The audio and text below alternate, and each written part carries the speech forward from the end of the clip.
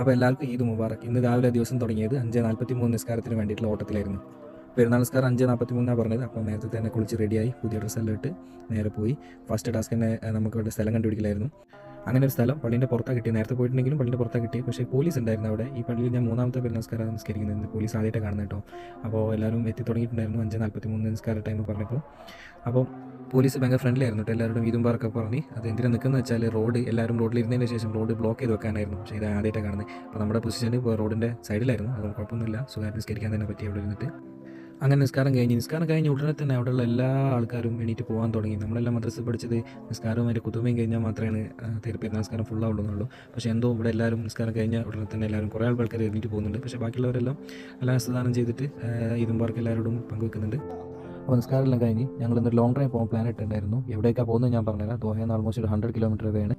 പിന്നെ ഞങ്ങൾ നേരെ പോയത് സിറ്റി ഹൈപ്പർ മാർക്കറ്റിലായിരുന്നു. ലോങ് ഡ്രൈവ് ആയതുകൊണ്ട് ആൾമോസ്റ്റ് 1 ഹവർ ഡ്രൈവ് ഉണ്ട്. അപ്പം കുറച്ച് സ്നാക്സും കുറച്ച് ചോക്ലേറ്റ്സും വെള്ളമൊക്കെ വാങ്ങി ബില്ലിംഗ് കൗണ്ടറിലേക്കാണ് നേരെ പോയത്. കുറേ ടൈം സ്പെൻഡ് ചെയ്തില്ല, നേരെ എടുത്തു, സാധനങ്ങളൊക്കെ മേടിച്ചു. ഹെയ്സുവിനെ എല്ലാം തൂക്കി പിടിച്ചുകൊണ്ട് കൊണ്ടുനടന്ന്. സാധാരണ ഞങ്ങൾ ലോങ് പോകുമ്പോഴൊക്കെ കുറച്ച് സാധനങ്ങൾ മേടിക്കാറുണ്ട്, അങ്ങനത്തെ മേടിച്ചെന്നുള്ളൂ. അപ്പോൾ എങ്ങോട്ടാണ് പോകുന്നതെന്നല്ലേ. ഒരു വെരി ലോങ് ഡ്രൈവാണ്, 100 കിലോമീറ്റേഴ്സിൻ്റെ അടുത്തുണ്ട്. പോണ വഴിക്ക് മേഴ്സീൻ്റെ കുറച്ച് ചോക്ലേറ്റ്സ് ഉണ്ടായിരുന്നു. നല്ല ടേസ്റ്റി ചോക്ലേറ്റ്സ് ആണ് കേട്ടോ. ഹെയ്സുവിന് ഭയങ്കര ഇഷ്ടമാണ്. അപ്പം അത് എല്ലാം ഓപ്പൺ ആക്കി കൊണ്ടുവരേണ്ടത് ഞങ്ങളും തിന്നു, ഞാനും തിന്നു, അവനും തിന്നു. അങ്ങനെ ഞങ്ങൾ ആ കാണുന്ന സ്ഥലത്തോട്ടാണ് പോകുന്നത് കേട്ടോ. അതേതാ മനസ്സിലായോ? അതാണ് desert falls water theme park.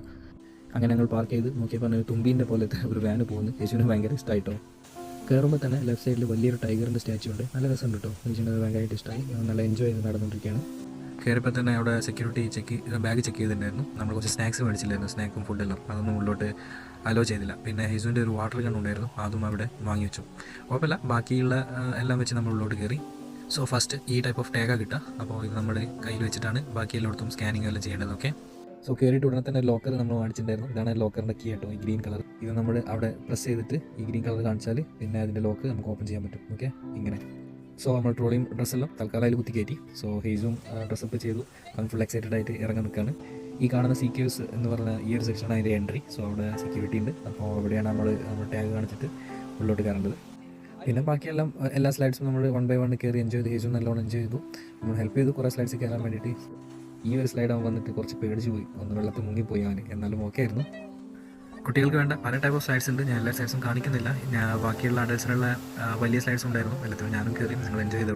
പിന്നെ ഈ കാണുന്ന റെസ്റ്റോറൻ്റ് ആയിരുന്നു നമ്മൾ ഫുഡ് ഓർഡർ ചെയ്തപ്പോൾ അവർ നമുക്ക് തന്നത് ഈ ഒരു സാധനമായിരുന്നു. ഫുഡ് റെഡി ആകുമ്പോൾ അവർ ഇത് വൈബ്രേറ്റ് ചെയ്യുമെന്ന് പറഞ്ഞു. കറക്റ്റ് അതങ്ങനെ വൈബ്രേറ്റ് ചെയ്തപ്പോൾ ഉള്ളിൽ നമ്മുടെ ഷവർമയും ഫ്രൈഡ് റൈസും റെഡി ആയിട്ടുണ്ടായിരുന്നു. ഫുഡ് നമ്മൾ കഴിച്ചു, പക്ഷേ അത്ര ടേസ്റ്റ് ഇല്ലായിരുന്നു കേട്ടോ. ഫുഡ് നമ്മൾ കഴിച്ചിട്ട് ജസ്റ്റ് ഒന്ന് റൗണ്ടിൽ പോയപ്പോഴാണ് അപ്പുറത്ത് ഒരു സ്കൂബ ഡൈവിങ് ചെയ്യുന്നത് കണ്ടത്. ഇവിടെ സ്കൂബ ഡൈവിങ് അവൈലബിൾ ആണ്. പിന്നെ കുറച്ചപ്പുറത്ത് ഗോകാർട്ടിൻ്റെ റേസ് ട്രാക്കും കൂടി ഉണ്ടായിരുന്നു, അതുകൊണ്ട് ഇവിടെ.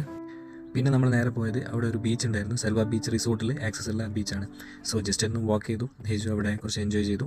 അതോടുകൂടെ നമ്മൾ ഇന്നത്തെ പെരുന്നാൾ ദിവസം വൈൻഡപ്പ് ചെയ്തു.